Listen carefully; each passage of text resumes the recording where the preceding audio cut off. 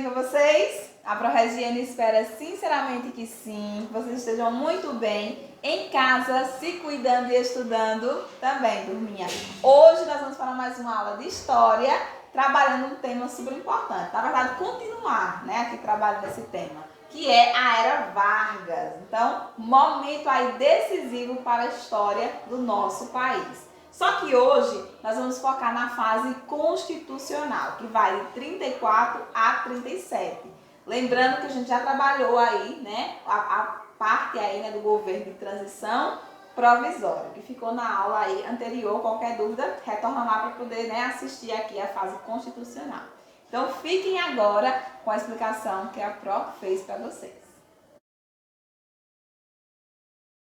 O governo de Getúlio Vargas, ele vai nessa primeira fase, nessa fase contínua, ela vai ser dividida em 3 etapas. Não foi isso? Então a gente viu o governo de transição ou provisório, como é mais conhecido, Então, primeira etapa, governo provisório, que vai do ano de 1930 a 1934. Aquela primeira fase, a fase que a gente viu que teve a Revolução de 30, que coloca Getúlio Vargas no poder, até porque ele tinha perdido as eleições, não era para estar, mas assume aí, a partir dessa Revolução de 30.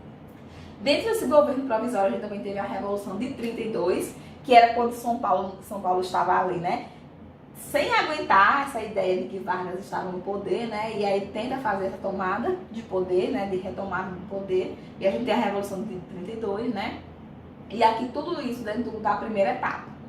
Depois da primeira etapa, desse governo provisório, a gente vai ter a segunda, que é o governo constitucional, quando ele está ali através de eleição. Então, essa fase constitucional vai de 1934 até 1937. E temos a última fase, que é a fase conhecida como o Estado Novo, Por quê? Porque vai ser a fase do governo ditatorial, onde, aqui Vargas vai dar um golpe nele mesmo, e vai tomar esse poder, criando aqui uma ditadura, que vai de 1937 a 1945. Essas são as fases do governo de Vargas. Na aula passada a gente focou na primeira fase, não foi isso? Que foi a fase dessa parte aqui provisória. A gente observou essa primeira etapa. Hoje o nosso foco vai ser a segunda etapa aqui, do governo constitucional. Eu lembro ainda que dentro desse período, fora desse período, na verdade, que ele está aqui, de forma consecutiva, depois, bem depois, lá em 1951, ele retorna ao poder e fica até 1954, quando ele, acaba aí, se matando. E aí, turminha, essas fases todinhas a gente vai estudar, só que essa última etapa aí, que não faz parte dessa parte contínua, a gente vai estudar depois, ok? Então hoje a gente vai focar aqui no governo constitucional de Vargas. Quais são as características dessa fase aí? Então, observem, gente, que vai começar em 34, quando ele de fato aí assume esse poder. Nesse momento eu queria que vocês observassem o seguinte, que Vargas, ele vai ter aí, um período de grande instabilidade. Por quê, turminha? Porque vai ser um momento que vai estar formando ali várias frentes, de combate ao governo dele. E aí ele vai ter que lidar com todas elas, com bem diversas e com todas elas. Eu quero que vocês entendam que essa fase, ela deveria se estender, até porque era 4 anos, se ele assume em 34, deveria se estender até 1938. Só que ele não poderia concorrer à reeleição. Dentro da Constituição que ele mesmo, cria, elabora, o presidente só poderia ficar, um mandato. Então, ele em 38, ele deveria sair. Só que se tinha uma coisa que Vargas não gostava, era dessa ideia de perder esse poder que ele estava. E aí é por isso, inclusive, que ele vai dar esse golpe lá em 37, antes de acabar a sua fase constitucional. Ok? Eu quero que você observe que nesse momento aqui, a política brasileira ela passava por um momento que a gente diz de radicalização. Tanto na questão da direita quanto na questão da esquerda. As pessoas né, que se diziam de direita, como também das pessoas que se diziam de esquerda. Então, a política ela estava aqui bem radicalizada e Vargas teria que controlar tudo isso. Assim surgiram, né, duas frentes aí, né, que faziam oposição direta ao seu governo. Quem eram essas duas frentes? Essas duas frentes políticas que, né, faziam enfrentamento aí ao governo de Vargas. A primeira era a Ação Integralista Brasileira, conhecida como a AIB, ok? Essa frente aqui era a extrema direita, não era extrema, ela era ultra direita. É aquele pessoal realmente muito ligado ao fascismo, né, da Itália. Era o povo assim mais direita impossível, né? Eles eram chamados aqui também como o grupo dos camisas verdes. Esse movimento, né, ele vai surgir em São Paulo em 1932, né? E aí nessa fase constitucional do governo de Vargas, né, começando em 34, turminha, ela vai fazer enfrentamento direto.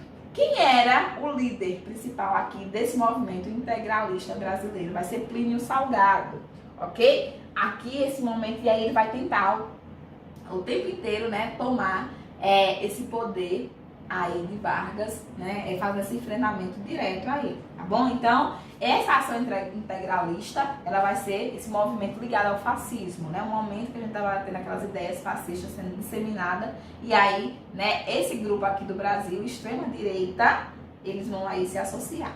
Do outro lado, a gente tinha a ação, né, a Aliança Libertadora Nacional, tá bom, minha gente?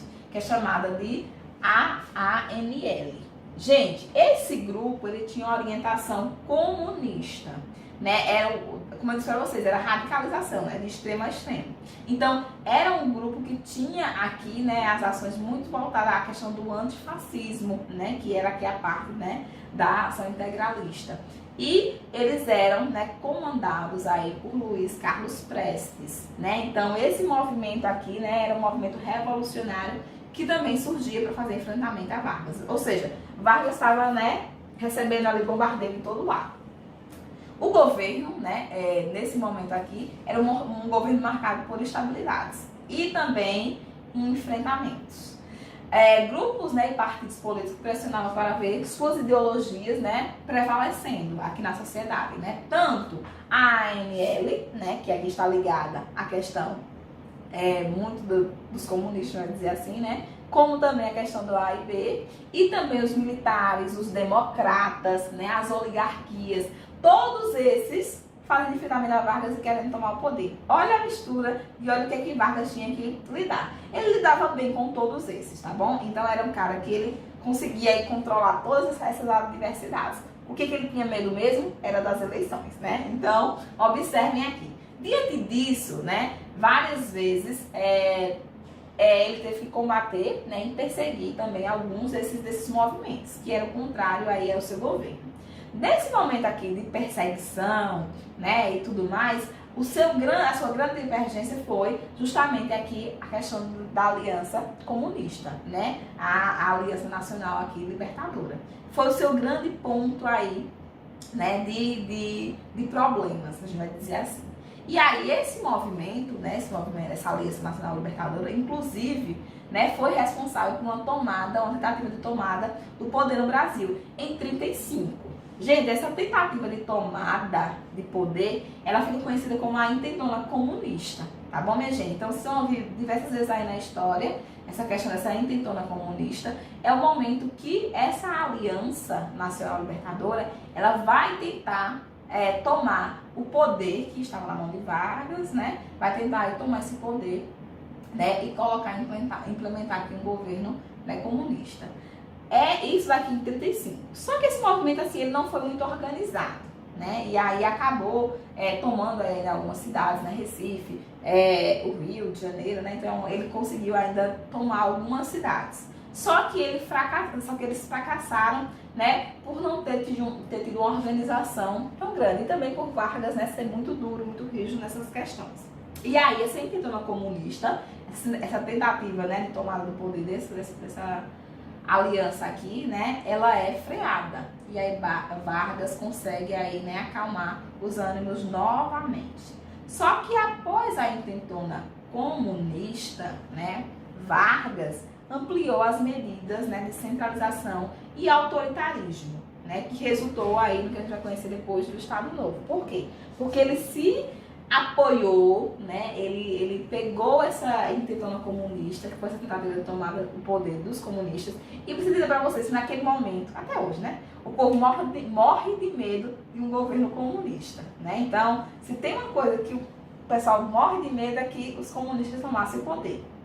E aí, turminha, dentro dessa ideia, né, que Vargas, que teve a intentona comunista, Vargas se apoia nisso e cria o que a gente vai conhecer, né, do que a gente conhece atualmente como esse plano Cohen. O que foi esse plano Cohen? Né, foi um documento, né, que falava sobre uma conspiração comunista, né, que estava em curso para tomar, agora de uma forma organizada, o poder no Brasil. E aí, com esse plano Cohen, né, uma carta aí que ele, né, acha que não tinha nem vergonha, falando a respeito sobre essa tentativa, né, esse pensamento comunista, né, de chegar à liderança do país. Ele, né, num programa que ele tem na rádio, Hora do Brasil, e toda a questão de propaganda, ele divulga que o movimento comunista está muito bem organizado e que vai tomar o país. Para não chegar ao movimento comunista, não chegar ao comunismo, ele vai ter que fazer o que, minha gente? Criar o Estado Novo, que vai ser o quê? Uma ditadura. Então ele, dá esse golpe, fecha congresso, né, faz todo aquele movimento. E a partir desse momento a gente vai ter aí, né, essa instalação do que a gente conhece aqui como Estado Novo. Então, essa fase constitucional da era Vargas se estendeu até novembro de 1937, quando Getúlio Vargas, né, realizou um autogolpe. Por quê? Porque ele estava no poder, né, e ele deu o golpe. Então, é um autogolpe. E cancelou as eleições de 1938 e instalou o regime ditatorial no país, que é a última fase aí do seu governo, a gente vai ver na aula seguinte. Só que eu quero que vocês entendam, nono ano, que dentro dessa lógica, perceba como Vargas era interessante. Ele pega a intentona comunista, né, mexe, né, organiza bem mais e coloca para a população do país, né, e para os outros setores, que se ele não fizesse isso, o Brasil seria, né, tomado pelos comunistas. Então ele estava defendendo o Brasil da ideia comunista.